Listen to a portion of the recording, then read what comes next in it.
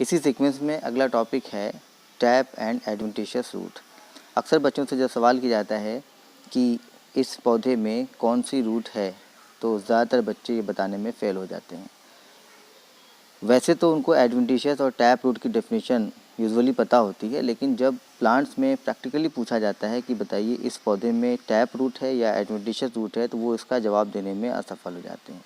तो मैं चाहता हूँ कि इस वीडियो के ज़रिए दोनों तरह की रूट्स को भी एक्सप्लोर कर दिया जाए, ताकि बच्चे जब कभी भी प्रैक्टिकली किसी प्लांट को देखें तो वो खुद से आइडेंटिफाई कर सकें कि ये टैप रूट है और ये एडवेंटिशियस रूट है। तो ये बहुत ही बेसिक क्वेश्चन, लेकिन हैरत होती है कि अक्सर बच्चे इसका जवाब नहीं दे पाते।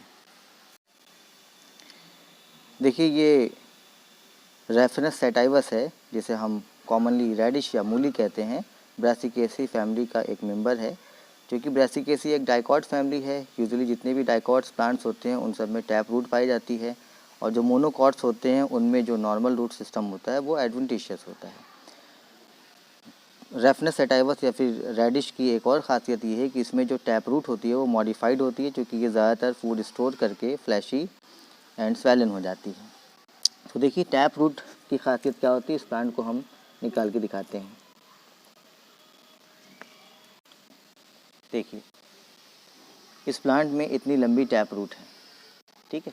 देख सकते हैं आप कि टैप रूट ऐसी रूट को कहते हैं कि जो ग्राउंड सरफेस में ज़्यादा गहराई तक पेनिट्रेट करती है। आप देख सकते हैं कि ये इसको जब मैंने पुल किया है तो इसका निचला हिस्सा टूट गया है, यानी ये अभी ज़मीन में और नीचे तक गई हुई थी, ठीक। तो आप समझ सकते हैं कि कितने बड़े से प्लांट के अंदर गहराई में कितनी गहराई तक रूट जाती है। ये रेडिश में ये टैप रूट ही मॉडिफाइड टैप रूट होती है, जिसमें स्टार्च के स्टोरेज की वजह से ये फ्लैशी हो जाती है, ठीक है। इसी के साथ में देखिए, इसके बगल में एक वीड ग्रो किया हुआ है। इसके एरियल वेजिटेटिव कैरेक्टर को देख करके लगता है कि ये प्लांट मोनोकॉट का है। तो अगर इसे हम पुल करें तो आप देख सकते हैं प्लांट की साइज़, वेजिटेटिव या एरियल पार्ट इसका कितना बड़ा है, लेकिन इसमें जो ये रूट हैं वो ज़मीन के सिर्फ ऊपरी सरफेस पर फैली हुई हैं। क्योंकि ये रेशेदार होती है इसलिए इसको फाइब्रस रूट भी कहते हैं या एडवेंटिशियस रूट भी कहते हैं।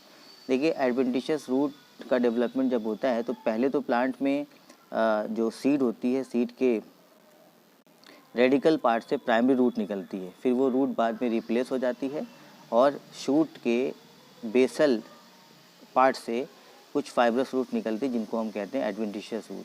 तो ये रूट्स आप देख सकते हैं, ये जो रूट्स हैं, these are the fibrous or adventitious roots. ये ज़मीन में ज़्यादा गहराई तक नहीं जाती। इन्हीं रूट्स को हम क्या बोलते हैं, एडवेंटिशियस या अपस्थानिक जड़ें कहते हैं। ये किसका कैरेक्टर है, मोनोकॉट प्लांट का कैरेक्टर है, ठीक है।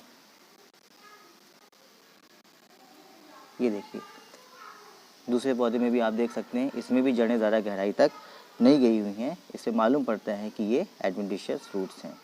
तो जब भी किसी प्लांट को हम पुल करें और उसमें देखें कि जड़ें काफ़ी गहराई तक गई हुई हैं, तो उससे हम अंदाज़ा लगा सकते हैं कि ये कौन सी रूट होगी, डाइकॉट होगी। और इस प्लांट के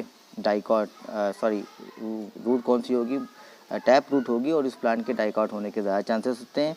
और जिन पौधों में रूट ज़्यादा गहराई तक नहीं होती, सिर्फ सरफेस पर ही फैली होती है, जैसे कि इस पौधे में, तो वो रूट्स क्या होती है, उन्हें एडवेंटिशियस या फिर अपस्थानिक जड़ें कहते हैं। और जिन पौधों में अपस्थानिक या एडवेंटिशियस रूट्स हों, उन पौधों के मोनोकॉट होने के चांसेस होते हैं। तो इससे एक आइडिया लग सकता है कि प्लांट मोनोकॉट है या फिर डाइकॉट है।